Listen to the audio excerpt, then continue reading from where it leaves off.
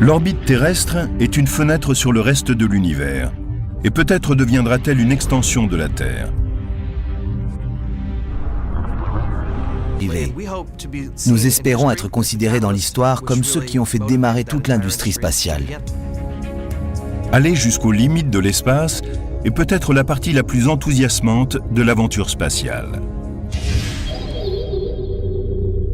Mais l'espace est un vaste domaine qui abrite des dangers qui ne ressemblent à rien de ce que nous connaissons sur Terre.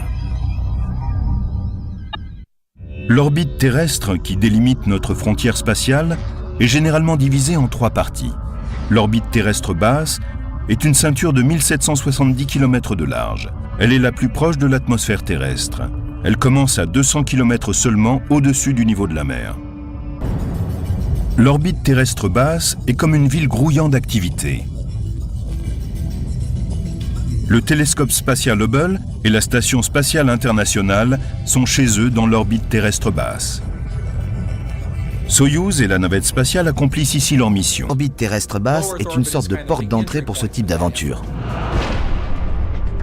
Au-dessus de l'orbite terrestre basse se trouve une région appelée orbite moyenne, qui se situe à une distance de la Terre comprise entre 1900 et 22 000 km. De nombreux satellites de communication sont placés en orbite ici, y compris les GPS. Les satellites GPS tournent à environ 19 000 km de la Terre. Les GPS sont placés sur 6 plans orbitaux. Imaginez un globe terrestre autour duquel se dessinent 6 orbites séparées par des distances égales et 4 à 5 satellites par plan orbital. Cela nous permet de couvrir le monde entier. Les satellites GPS étant placés à cette altitude, ils peuvent surveiller n'importe quel point du globe à toute heure du jour et de la nuit. Et enfin, le 4e peut dire exactement où vous êtes. C'est aussi dans l'orbite terrestre moyenne que réside la terrible ceinture de radiation de Van Allen.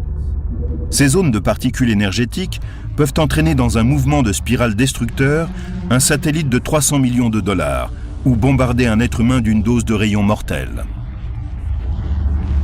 Elles s'étirent depuis la Terre comme des anneaux de forme allongée. Les satellites sont placés à des altitudes très précises afin d'éviter ces ceintures de particules venues du Soleil, particulièrement destructrices. Encore plus loin, on trouve l'orbite terrestre haute ou orbite géosynchrone. Si l'orbite basse est une ville très animée, l'orbite haute est un paysage rural. À une altitude située entre 35 000 et 56 000 km au-dessus du niveau de la mer, les satellites survolent la Terre. Ils ont un point de vue incomparable sur n'importe quel endroit, fût-il à une très longue distance. Plus de 2000 satellites résident dans l'orbite terrestre haute.